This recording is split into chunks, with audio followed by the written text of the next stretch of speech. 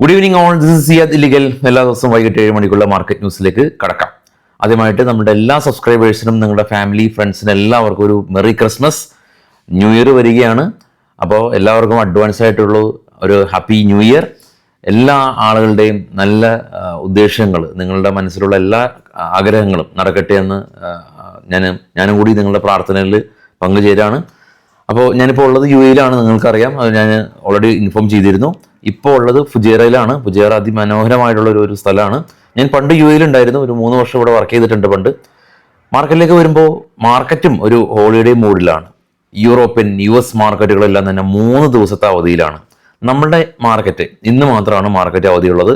പക്ഷേ ഗ്ലോബൽ മാർക്കറ്റെല്ലാം തന്നെ 3 ദിവസം കണ്ടിന്യൂസ് അവധിയിലാണ്. അപ്പോൾ അത് മാർക്കറ്റിൽ റിയാക്ട് ചെയ്യപ്പെടും. അതായത് മാർക്കറ്റ് കഴിഞ്ഞ ദിവസം ഒരു സൈഡ് വേ ആയിട്ട് നെഗറ്റീവ് രീതിയിലാണ്, എന്നാൽ ഒരു സൈഡ് വേ ആയിട്ടാണ് പോയിട്ടുള്ളത്. അതായത് വലിയ തോതിൽ മാർക്കറ്റ് ഇടിഞ്ഞിട്ടില്ല, മാർക്കറ്റ് കയറിയിട്ടില്ല. കഴിഞ്ഞ തിങ്കളാഴ്ച നമുക്ക് ഗംഭീരമായിട്ടുള്ളൊരു ഗ്യാപ്പ് അപ്പോട് കൂടിയിട്ട് ഒരു ഗെയിൻ കിട്ടി.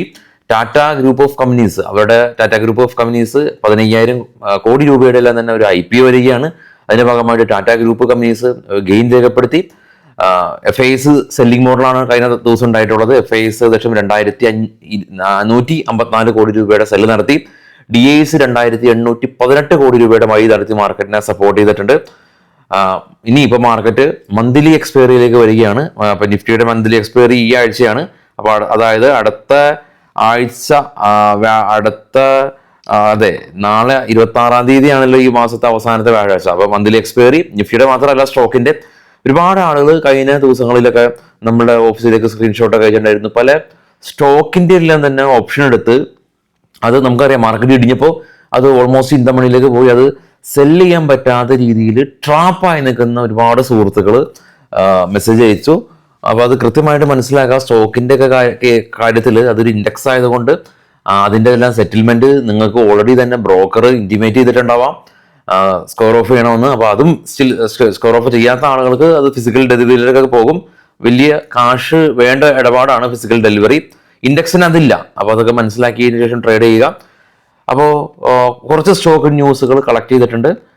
ഭാരത് ഫോർജായിട്ട് ബന്ധപ്പെട്ട ന്യൂസ്, $39 മില്യൺ ഒരു ഫണ്ട് ഇൻഫ്യൂഷൻ ഇവർ നടത്തിയിട്ടുണ്ട്. ഇവരുടെ വികസന പ്രവർത്തനത്തിന് വേണ്ടിയിട്ടും കമ്പനി ഒരു സബ്സിഡറി ഫോം ചെയ്തിട്ടുണ്ട്. ICICI ബാങ്ക് ഇവരുടെ ജാനുവരി 25-നാണ് Q3 റിസൾട്ട് വരുന്നത്. അപ്പോൾ ഇൻഫോസിസിന്റെ റിസൾട്ട് 16-ാം തീയതി, HDFC ബാങ്കിന്റെ റിസൾട്ട് അടുത്ത മാസം 16. ഇൻഫോസിസിന്റെ ആണ് ആദ്യം, അതിനുശേഷം വിപ്രോ, പിന്നീട് HDFC ബാങ്ക്, അതിനുശേഷം ICICI ബാങ്ക്. വളരെ പെട്ടെന്ന് തന്നെ Q2-ൽ നിന്ന് Q3-ലേക്ക് റിസൾട്ട് കാലഘട്ടം വളരെ ഫാസ്റ്റായിട്ട് വന്നു. നാൽക്കോ കമ്പനി ഇവര് ഒരു കോൾ പ്രൊഡക്ഷൻ എൻഹാൻസ് ചെയ്യാനായിട്ട് ഇവരൊരു പുതിയ ഒരു ബിസിനസ് കോൺട്രാക്ട് ഇവർ സൈൻ ചെയ്തിട്ടുണ്ട് ഉത്തരാഖണ്ഡ് സ്റ്റേറ്റ് ഗവൺമെന്റ് ആയിട്ട്. PPCL കമ്പനി 150 മെഗാവാട്ട് കപ്പാസിറ്റി ഉള്ള സോളാർ പവർ പ്രൊജക്ട് NTPC ആയിട്ട് കൊളാബറേറ്റ് ചെയ്ത് കമ്പനി ചെയ്യാനായിട്ട് ചെയ്തിട്ടുണ്ട്. പനസിയ ബയോടെക് കമ്പനി ഇവരുടെ പുതിയ മെഡിസിന് US-ലെ ഡ്രഗ് കൺട്രോൾ അതോറിറ്റിയുടെ അംഗീകാരം ലഭിച്ചു. രാംകി ഇൻഫ്ര കമ്പനി ഇവര് 215 കോടി രൂപ വർത്ത് വരുന്ന പ്രൊജക്ട് ഹൈദരാബാദ് മെട്രോപൊളിറ്റൻ സിറ്റിയിൽ നിന്ന് ഇവർക്ക് ലഭിച്ചു. അപ്പോളോ ഹോസ്പിറ്റല് അപ്പോളോ ഹെൽത്ത് എന്ന് പറയുന്ന ഒരു സോഫ്റ്റ്വെയർ ബിസിനസ് ഇവർ അക്യൂർ ചെയ്തു 67 കോടി രൂപക്ക്. സിലിക്കസ് ഇന്ത്യ കമ്പനി നാഷണൽ ഹൈവേ അതോറിറ്റിയുടെ ഭാഗത്തു നിന്ന് 981 കോടി രൂപയുടെ പ്രൊജക്ട് ഇവർ സൈൻ ചെയ്തു. ഓല ഇലക്ട്രിക്കൽ കമ്പനി 4000 പുതിയ സ്റ്റോർ ഇന്ത്യയിൽ ഇവർ ആരംഭിക്കും. ഇന്ത്യൻ ഓയിൽ കമ്പനി 61,000 കോടി രൂപയാണ് ഇവരുടെ പുതിയ പ്ലാന്റിന്റെ നവീകരണത്തിന് വേണ്ടിയിട്ടും പുതിയ പ്ലാന്റ് സെറ്റപ്പ് ചെയ്യാനായിട്ട് വേണ്ടിയിട്ടും ഒഡീഷ സ്റ്റേറ്റ് ഗവൺമെന്റായിട്ട് ഒരു പുതിയ ബിസിനസ് കോൺട്രാക്ട് സൈൻ ചെയ്തത്. ടെലികോം മേഖലയിൽ വമ്പൻ മാറ്റങ്ങൾ വരാണ്. ട്രായ് ഇപ്പം നമുക്ക് മൊബൈലെല്ലാം തന്നെ റീചാർജ് ചെയ്യുമ്പോൾ ഇന്റർനെറ്റ് പ്ലസ് SMS കോള് എല്ലാം ഒറ്റ പാക്കേജാണ്. അപ്പോൾ ഇത് ഇന്റർനെറ്റ് വേണ്ടാത്ത ഒരുപാട് ആളുകൾ ഉണ്ടാവാം. അപ്പോൾ അവർ ഫോഴ്സ്ഫുള്ളി ഈ ഒരു പാക്കേജ് എടുക്കേണ്ടതായിട്ട് വരും. അപ്പോൾ അത് വേണ്ട. ഇനിയിപ്പോൾ കോളിനും SMS-നും സെപ്പറേറ്റ് പാക്കേജ്, അത് ടെലികോം കമ്പനീസിന്റെ റവന്യൂ കുറയ്ക്കാൻ കാരണമായേക്കാം. സ്വിഗ്ഗി 1,00,000 സ്ത്രീകളാണ് ഡെലിവറി പാർട്ണറായിട്ട് ക്ഷണിക്കുന്നത്. 2030 കൂടിയിട്ട് 1,00,000 സ്ത്രീകൾ ഉണ്ടാവും എന്നുള്ളതാണ്. കൊച്ചിയിൽ ഒക്കെ ഈ സ്വിഗ്ഗിയിലൊക്കെ ഒരുപാട് സ്ത്രീകൾ വർക്ക് ചെയ്യുന്നുണ്ട്. കൊച്ചിയിലൊക്കെ വന്ന് ഒരാളിന് ജോലി ഇല്ലാത്തൊരവസ്ഥ ഉണ്ടാവില്ല. കാരണം നമ്മൾ ജോലി ചെയ്യാൻ തയ്യാറാണെങ്കിൽ കൊച്ചിയിൽ മാത്രമല്ല ഒട്ടുമിക്ക ജില്ലകളിലും ഇപ്പോൾ ഉണ്ട്. അപ്പോൾ സ്വിഗ്ഗിയിലൊക്കെ വളരെ ഭംഗിയായിട്ടൊക്കെ നമുക്ക് വർക്ക് ചെയ്യാം. അപ്പോൾ ജോലി ഇല്ലാത്തൊരവസ്ഥ ഇപ്പോൾ കേരളത്തിൽ ഇല്ല. അത്രക്കും ജോലി ഓപ്പർച്യൂണിറ്റി നമുക്കുണ്ട്. എല്ലാ ജോലിക്കും അതിൻ്റേതായിട്ടുള്ള റെസ്പെക്റ്റ് ഉണ്ട്. അപ്പോൾ എല്ലാ ജോലിയും അപ്പോൾ ഇപ്പോൾ കൊച്ചിയിലൊക്കെ സ്വിഗ്ഗിയിലൊക്കെ ജോലി ചെയ്യുന്ന എല്ലാ ആളുകളും തന്നെ പ്രൊഫഷണൽ ആയിട്ടുള്ള ആളുകൾ എക്സ്ട്രാ ക്യാഷിന് വേണ്ടിയിട്ട് സ്വിഗ്ഗിയിലൊക്കെ വർക്ക് ചെയ്യുന്നുണ്ട്. അത് വളരെയധികം വെൽക്കമിങ് ആയിട്ടുള്ള ഒരു കാര്യമാണ്. കാരണം ഒരു പ്രത്യേക ജോലി ചെയ്യുന്നത് ഒരു പ്രത്യേക ഗ്രൂപ്പ് ഓഫ് ആളുകളാണ് എന്നുള്ള ധാരണ നമ്മൾ മാറ്റണം. എല്ലാ ജോലിയും എല്ലാ ആളുകൾക്കും ചെയ്യാൻ പറ്റുന്ന രീതിയിലാണ് ഇപ്പോൾ കാര്യങ്ങളുടെ പോക്ക്.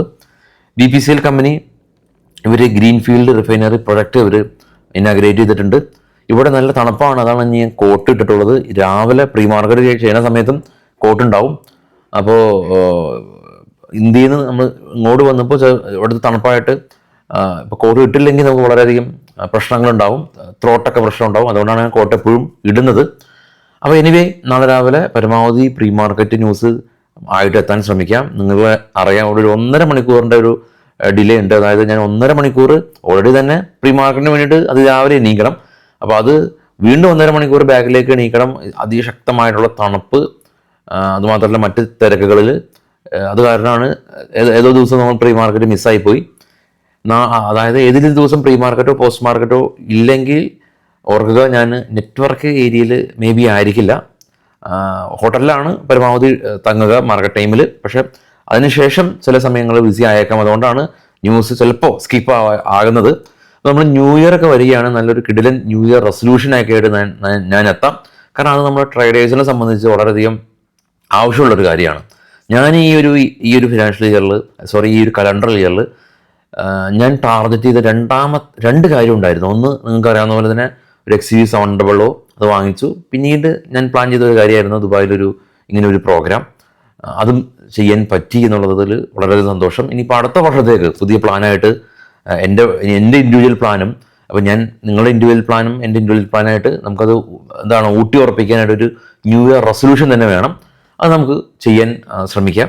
അപ്പോൾ എല്ലാവർക്കും വീണ്ടും ഒരു മെറി ക്രിസ്മസ്. ഡിസംബർ മാസം പൊതുവെ എല്ലാ ആളുകൾക്കും പൊതുവെ ഹാപ്പിയുള്ളൊരു മാസമാണ്. അപ്പോൾ എനിക്കും വളരെയധികം പേഴ്സണലി ഇഷ്ടമുള്ളൊരു മാസമാണ് ഡിസംബർ മാസം. അപ്പോൾ താങ്ക് യു ഓൾ.